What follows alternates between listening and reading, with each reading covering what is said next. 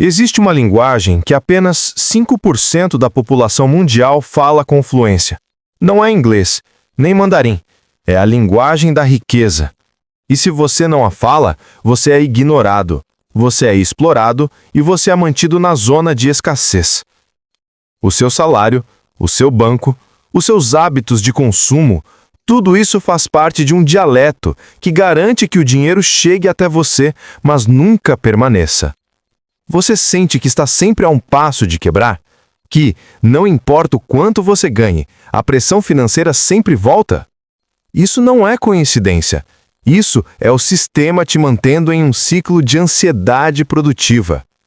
Hoje, vamos quebrar esse código.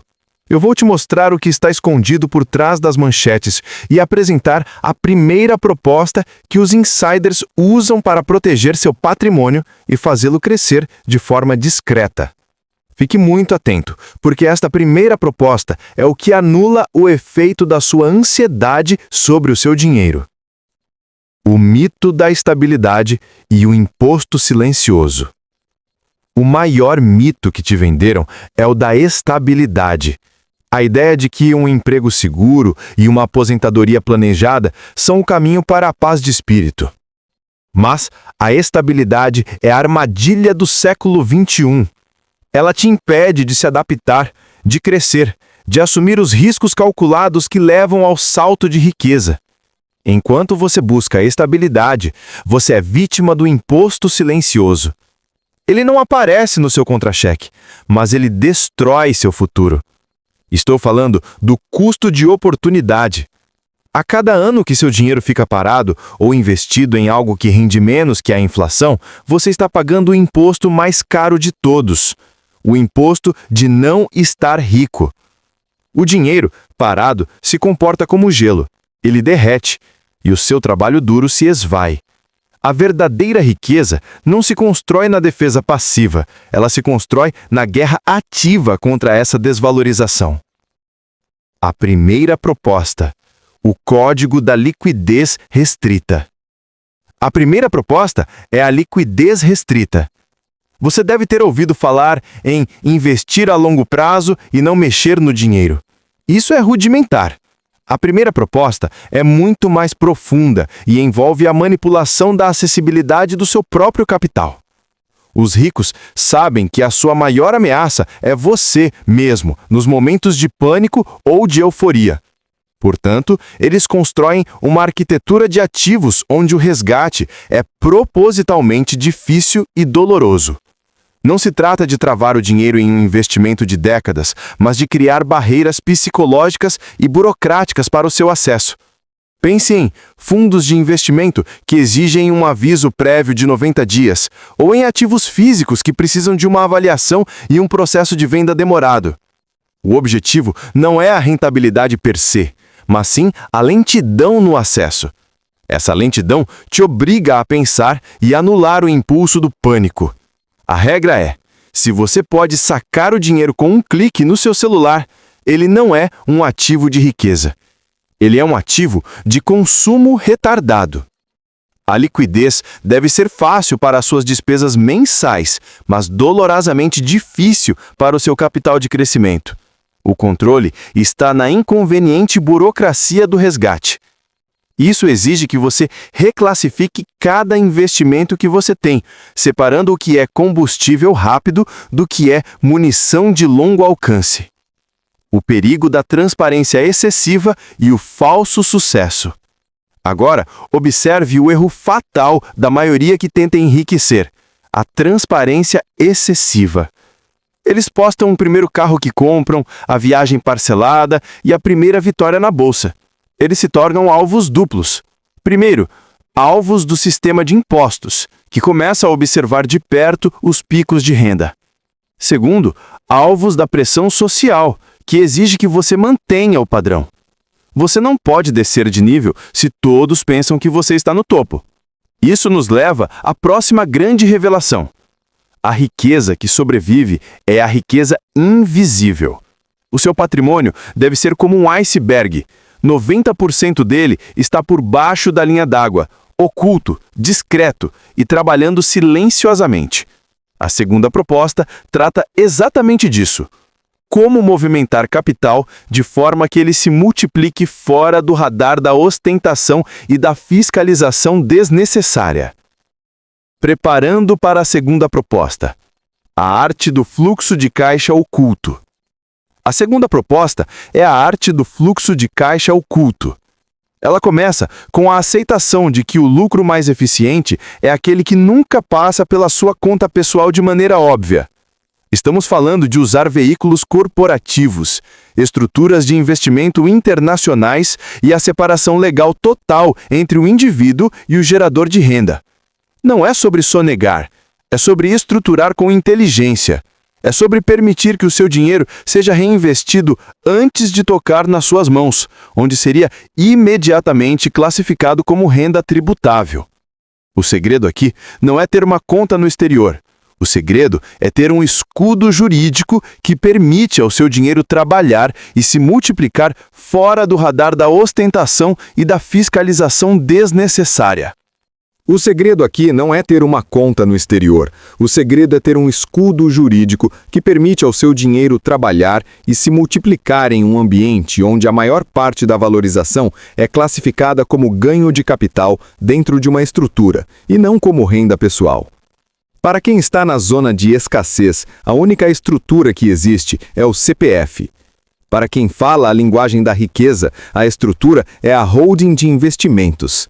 Mas a holding de que estou falando não é a sua empresa de fachada, é um mecanismo de reinvestimento automático. A ideia é simples e brutalmente eficaz.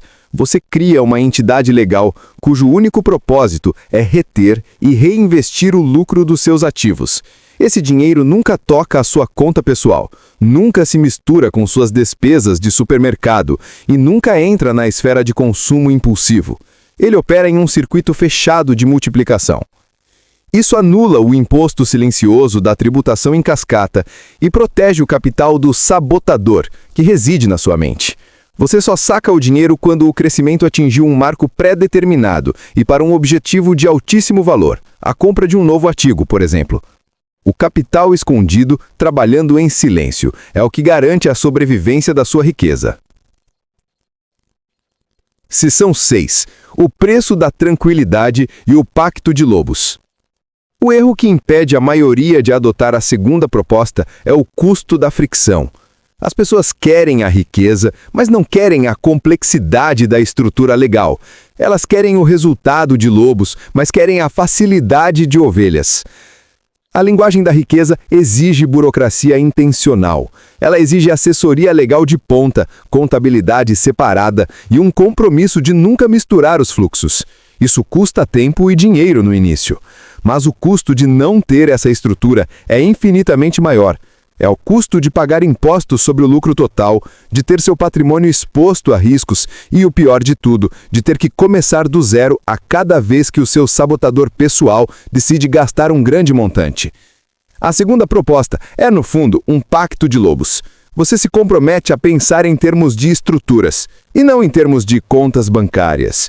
E, ao fazer isso, você está pronto para a mais arriscada e recompensadora de todas as estratégias, a proposta que realmente define a revolução de riqueza. Seção 7. A terceira proposta, o salto para a criação de mercados. Até agora, falamos de defesa e de otimização de ativos já existentes, mas isso só te leva ao primeiro nível da riqueza, o conforto. A revolução de riqueza, a transformação real, só acontece quando você domina a terceira proposta. Esta proposta é a mais perigosa, porque ela envolve a criação ativa de escassez. Os ricos não esperam que o mercado crie uma oportunidade. Eles criam o mercado. Eles introduzem uma solução ou um produto tão único e tão valioso que eles se tornam momentaneamente o único fornecedor. Isso é o monopólio temporário da inovação. Pense nisso, não é sobre investir na Apple, é ser a Apple quando ninguém acreditava em computadores pessoais. Não é sobre investir em streaming, é sobre ser o primeiro a resolver a dor de milhões de pessoas que odeiam a TV a cabo. O seu foco não deve ser o retorno de 10 ou 15% ao ano. O seu foco deve ser em encontrar um ponto de dor inexplorado na sociedade e construir a ponte sobre ele. Seção 8. Como encontrar o ponto de dor inexplorado. Como aplicar a terceira proposta? Você precisa de 3 lentes de análise. Primeira lente, a frustração crônica, onde o seu dia a dia é repetidamente frustrante. Não o seu, mas o da sua família, dos seus colegas de trabalho, da sua comunidade, onde o processo é lento, ineficiente ou absurdamente caro. Essa frustração é o terreno fértil para o seu novo mercado. Segunda lente, o ativo subestimado. Existe um recurso, uma habilidade ou um dado que a maioria ignora, mas que, se combinado com a tecnologia certa, resolve a frustração crônica? Pode ser o acesso a informações exclusivas, a automação de um processo chato ou a união de 2 serviços que ninguém pensou em juntar. Terceira lente, a barreira de entrada. O seu mercado criado precisa ter uma barreira de entrada alta para a concorrência. Não pode ser facilmente replicável. Isso pode ser alcançado através de contratos exclusivos, de tecnologia proprietária ou de um nível de especialização que a maioria não tem a paciência de desenvolver. Dominar essa arte não é sobre ter capital, é sobre ter visão. É sobre criar uma fonte de receita que não está sujeita às flutuações da economia geral, porque ela é o seu próprio ecossistema. E o maior desafio dessa terceira proposta não é a criação, e sim a sustentação. Como você mantém esse monopólio temporário de inovação quando todos os olhos do mercado se virarem para você e a cópia for inevitável? Isso exige a última camada da linguagem da riqueza, o protocolo de evolução rápida. O maior desafio dessa terceira proposta não é a criação, e sim a sustentação. Como você mantém esse monopólio temporário de inovação quando todos os olhos do mercado se virarem para você e a cópia for inevitável? Isso exige a última camada da linguagem da riqueza, o protocolo de evolução rápida. O protocolo é a aceitação de uma verdade brutal. O seu sucesso de hoje é o fracasso de amanhã. O que isso significa na prática? Significa que no exato momento em que o seu mercado criado atingir a estabilidade e começar a gerar lucros massivos, você deve sacrificar a estabilidade e redirecionar a maior parte do fluxo de caixa oculto, a proposta 2, para a próxima invenção. Você não espera a concorrência chegar. Você mesmo se torna seu maior concorrente. Você investe para tornar o seu próprio produto ou serviço obsoleto, lançando uma nova versão ou solução complementar que exige o domínio da sua plataforma original. Isso cria um ciclo de inovação que é financeiramente insustentável para a concorrência que está apenas tentando copiar sua versão anterior. Eles estão sempre um passo atrás, atolados na tentativa de replicar algo que você já está desmontando. Essa é a mentalidade que cria fortunas que duram décadas. É a recusa em descansar sobre os louros do sucesso de curto prazo. Seção 9. A sinergia das propostas. Você não pode aplicar a terceira proposta, criação de mercados, sem ter a primeira e a segunda em pleno funcionamento. As 3 propostas trabalham numa sinergia implacável. A primeira proposta, liquidez restrita, protege seu capital pessoal do seu sabotador interno e das tentações. Ela garante que você não gaste o dinheiro necessário para construir.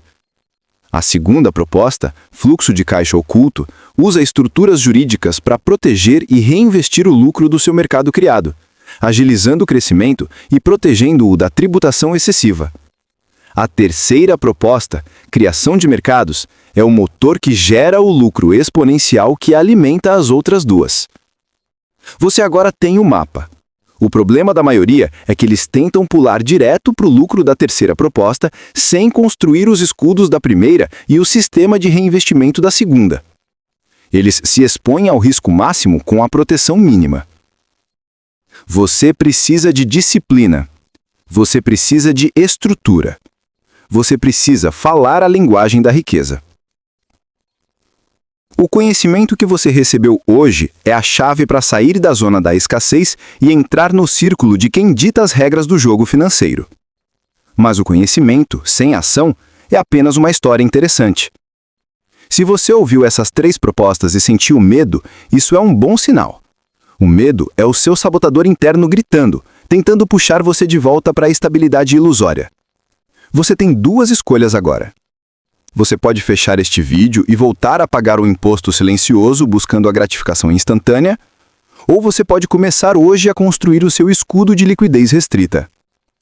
Eu quero saber, qual das 3 propostas você sentiu a maior resistência para aplicar? E por quê?